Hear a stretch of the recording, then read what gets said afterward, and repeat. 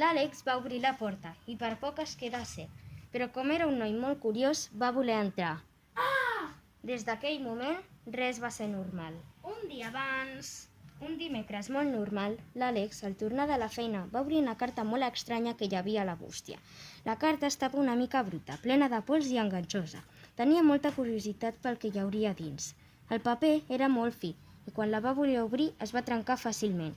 Del sobre em va treure uns trossos de mapa trencat i una nota on hi posava: Si el tresor vols trobar, un vaixell hauràs d'agafar. A la nota també hi va veure el nom de la persona que la va escriure. Exploradora Georgina. Com l'Àlex era un explorador molt famós i professional, va decidir que agafaria el vaixell per trobar el tresor. L'Àlex va mirar els papers i la carta i es va fixar en tots els detalls per veure si podia descobrir quin vaixell hauria d'agafar.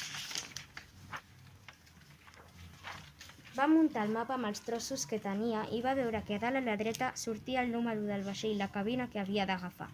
El vaixell sortia del port d'Osaka, a Japó, però no sabia on arribaria l'embarcació perquè faltava un tros de mapa. Va buscar el seu mòbil per veure a quina hora sortiria el vaixell i es va adonar que sortiria el dia següent. Però com el vaixell sortia el dia següent, es va donar pressa a fer la maleta i va posar roba de màniga llarga i de màniga curta. Perquè no sabia on arribaria amb aquell viatge. Sabates de muntanya, un cinturó i unes xancletes per anar a la piscina per si de cas, que mai se sap. Quan va acabar la maleta, la va posar davant de la porta, es va fer el sopar, se'l va menjar i va anar a dormir. A les 7 del matí, l'Àlex es va despertar, es va vestir i va esmorzar. Quan va acabar, va agafar la jaqueta, la maleta i una motxilla on portaria aigua, els trossos de mapa i altres coses importants, com una farmaciola i una petita navalla. Va sortir de casa i va anar corrents per agafar el metro per anar a l'embarcament. Quan va arribar, el vaixell estava a punt de sortir i va haver d'anar molt ràpid per agafar-lo. Va pujar al vaixell i va anar a la seva cabina. Des d'allà va observar-ho tot i va veure una petita finestra rodona amb unes vistes precioses del mar. El vaixell va començar a navegar i l'Àlex estava molt nerviós perquè no sabia què l'esperava el seu destí, encara que ja sabia que el vaixell anava a Hawaii. Però això no acabarà així.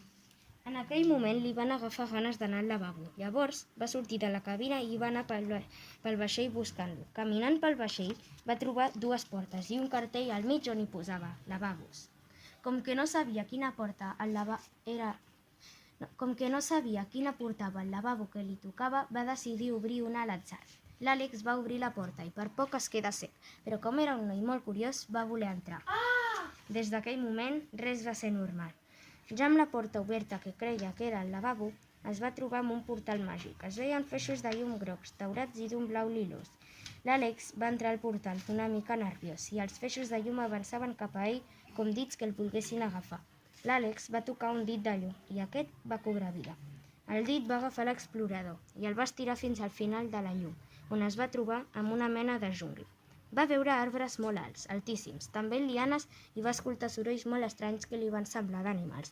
Tot i que estava espantat, encara tenia pipí, així que es va amagar darrere un arbre i va descarregar. Que bé! Es va aixecar els pantalons i va començar a caminar intentant trobar una trauma. De sobte va veure un cap que sortia darrere un arbre.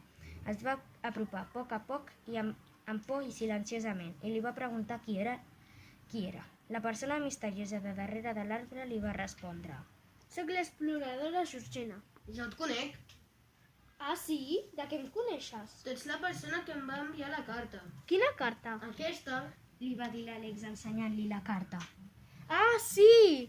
Però jo vaig escriure aquesta carta fa 30 anys. Però què dius? Si jo la vaig veure ahir. Com has arribat fins aquí?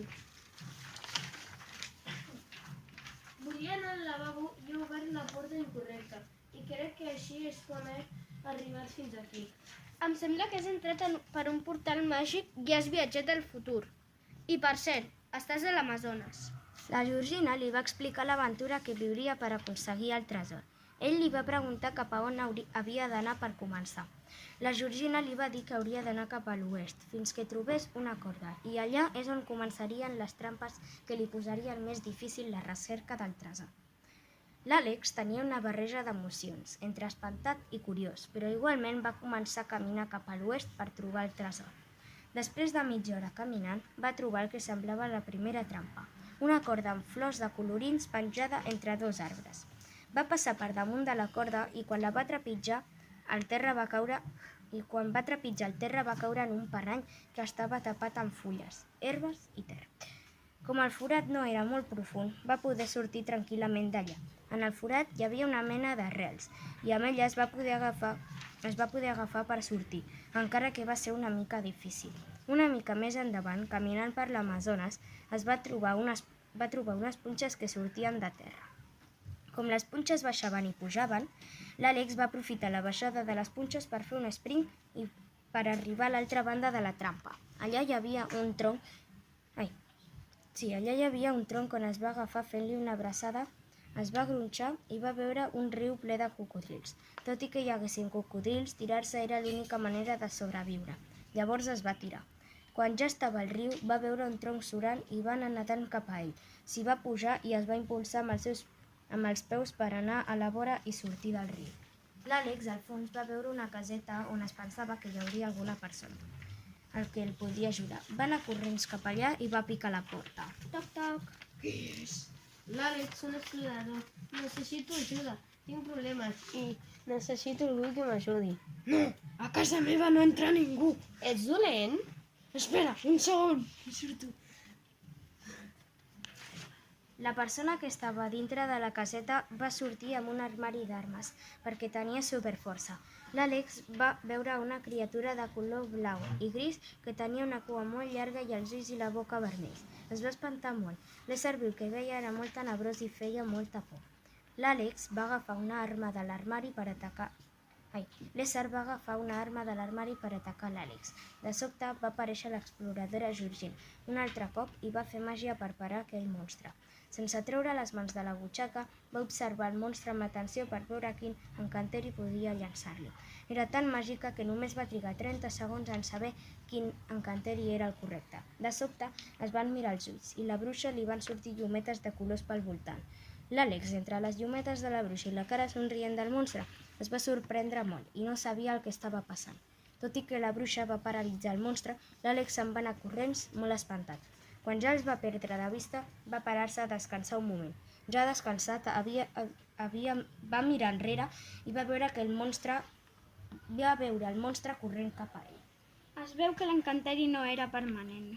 Així que, espantat com estava, va tornar a córrer i, sense adonar-se,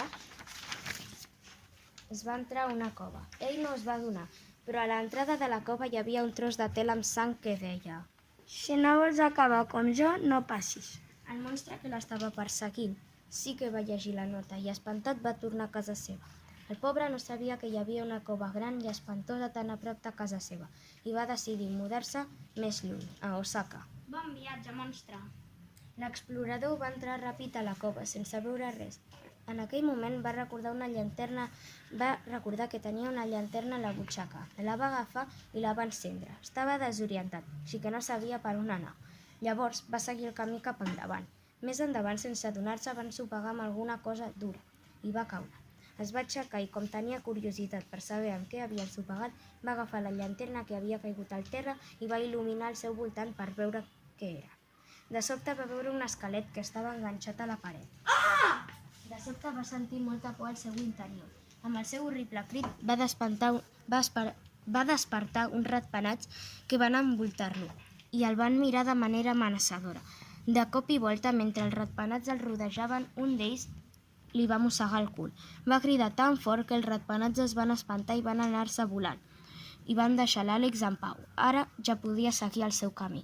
L'Àlex va avançar per camins estrets i camins amples, fins a arribar a una sala molt gran on hi havia el tresor. Allà hi havia muntanyes d'or, diamants i una caixa forta que semblava el tresor del que la Georgina li havia parlat, allò que estava buscant des que va començar aquesta aventura. Quan l'Àlex va començar a caminar cap endavant, va trepitjar una rajola que es va enfonsar. Era una trampa. De sobte van començar a sortir fletxes d'uns forats que hi havia a les parets, pels dos costats. En aquell moment la Georgina va aparèixer per paralitzar-les, fent una mena de signes amb les mans, i quan va acabar les fletxes van caure. Llavors l'Àlex es va quedar amb la boca oberta, però ràpidament va apropar-se fins al tresor. Es va fixar en el cadenat que tenia i es va adonar que aquella forma li sonava d'alguna cosa. li era familiar. Llavors es va adonar que aquella era la forma del seu penjoll. Se'l va treure i va introduir-lo en la forma del cadenat. Finalment, el tresor es va obrir. Dins hi havia una carta on hi deia: El tresor real ha estat tota aquesta aventura. A una cantonada hi ha un portal que et portarà al principi de tot. T'ho has passat bé, petons, avantpassats Manel i Maria. L'Àlex, emocionat per tot el que havia passat, es va girar i va veure que la Georgina no hi era. Ningú li havia dit, però ell sabia que no només era un explorador.